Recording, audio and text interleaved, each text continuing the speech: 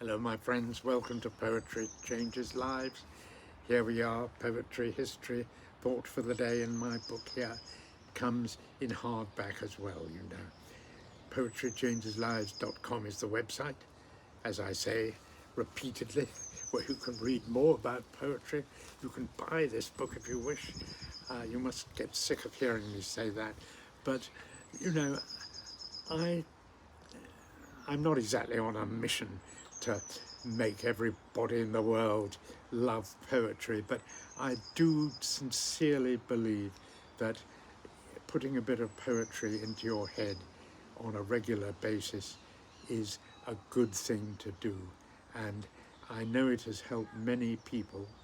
It has certainly helped me in many ways learn about myself, given me a new interest, a sense of satisfaction, and I think it could do the same for you if you just keep an open mind about poetry, because poetry opens your mind, and when your mind is open, you can receive all kinds of new ideas, and a benign message that poetry normally gives can't fail to be beneficial.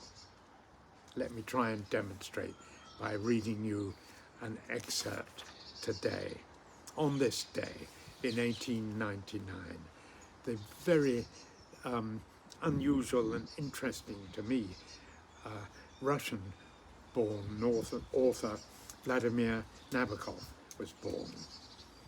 He had an idyllic childhood because his family was a leading member of St Petersburg society, and if you were in St Petersburg society at the turn of the 19th, 20th century, you were really in the top range of Russian society.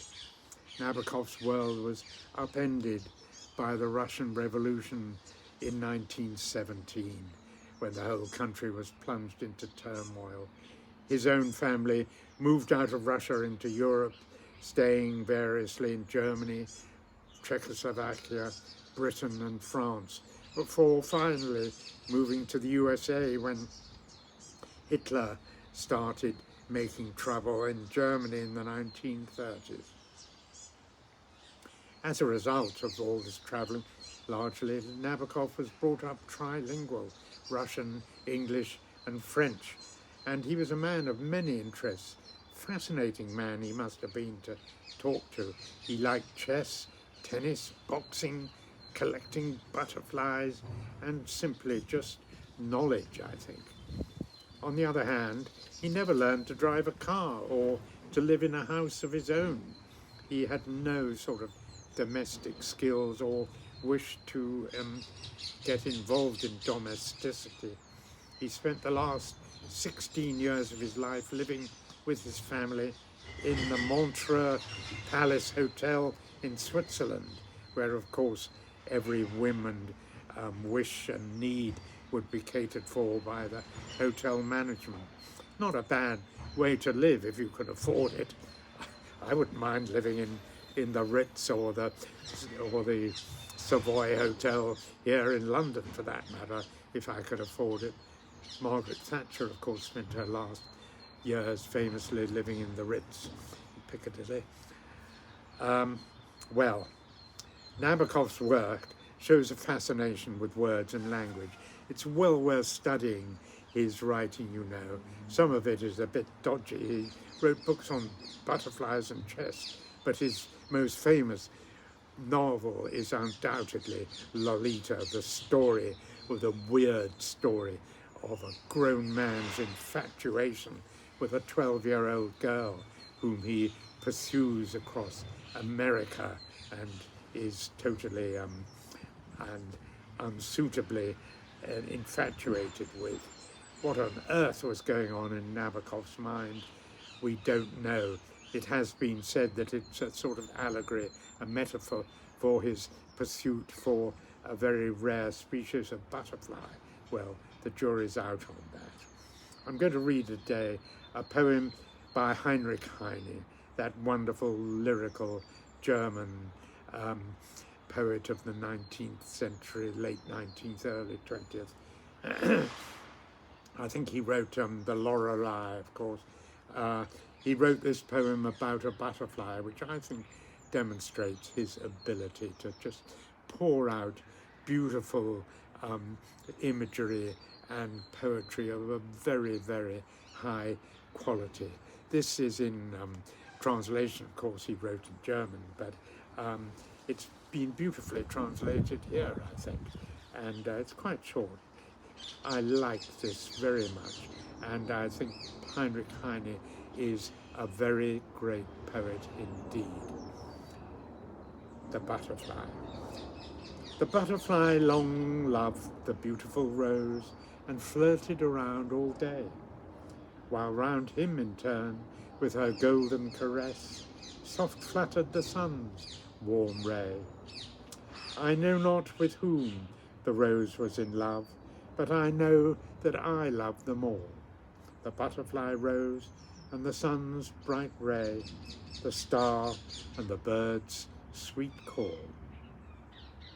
Gosh, I'm hearing the bird's sweet call above me today. I think that's either a blue-tit or possibly a robin. I'll have to look it up when I stop all this rambling. But I do think a bit of bird song, a bit of background noise is rather nice when poetry's going on. A bit of music sometimes helps as well. You know, poetry, I think, was not meant to be always read in perfect conditions of silence.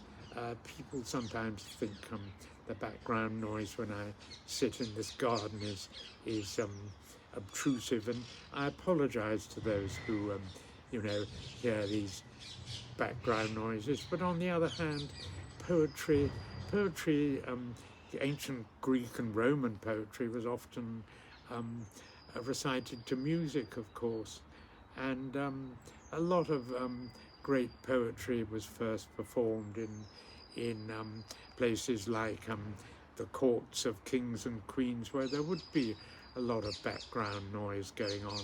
Shakespeare's plays in the Elizabethan theatres were often performed with a great deal of noise going on, people moving around and talking to each other even while the plays were being performed. So maybe I'm just making excuses for the background noises here, but I do believe that poetry is, you know, one of those arts that shouldn't be just performed in a vacuum. It's part of real life. That's my view anyway. Today I will be grateful that I can identify with others and not be too judgmental. I'll listen to their experiences and share my own too. Thank you for listening to me today. I wish you all a good day. Thanks.